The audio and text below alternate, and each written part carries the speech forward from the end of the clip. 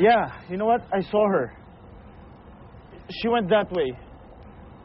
It's okay. Yeah.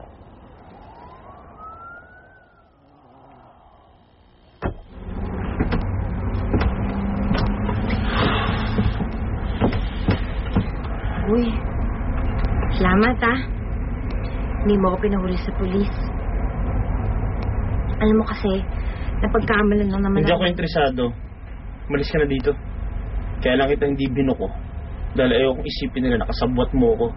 Umiiwas lang ako sa gulo. Umalis ka na. Oo? Ayaw mo nang sabihin na talagang mabait ka. Nakita mo ko, kababayan mo ko. Kaya tinulungan mo ko. Thank you Pwede umalis ka na.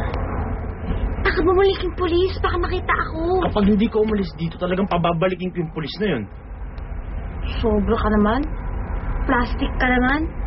Pero sige, dahil tinulungan mo ako, forgive na kita.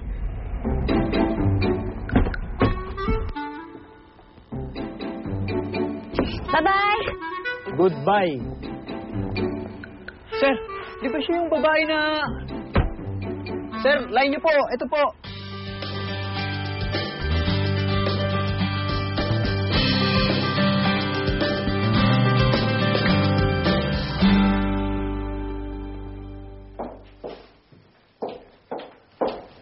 Excuse me, madam. I just need to ask you something. Is this about restaurant? Diyos ko ba rin naman kinuha ko eh.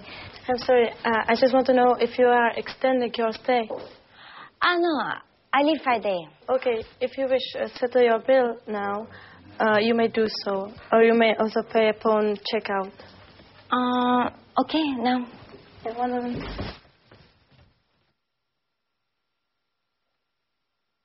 Okay.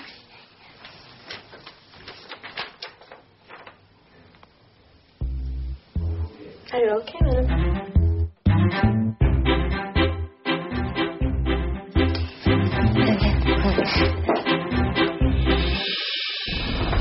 Ito yung shoes nyo.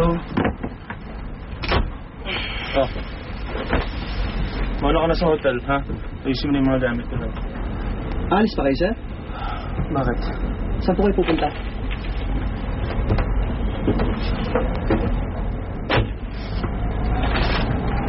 Ay, sumpong na naman.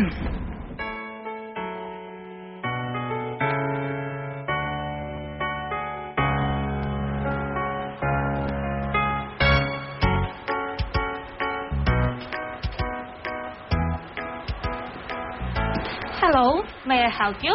Yeah, I'm just looking for a gift for my friend. Let me guess, it's a woman or a girlfriend, perhaps?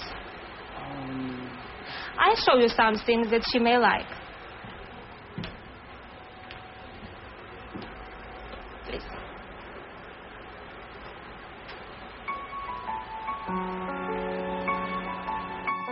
Ano bang gagawin ko? Kung pumunta lang kaya ako sa Philippine Embassy, tutulong naman sila mga OFW doon. Kaya hindi ako OFW, baka hindi naman nila ako pansinin. Diyos ko naman. Sa Pilipinas naman, dalawa lang pwede kong tawagin, si Lizette o si Donald. Pareho namang walang kwenta yung mga yun. Ano ba? Ano ba, Jessie?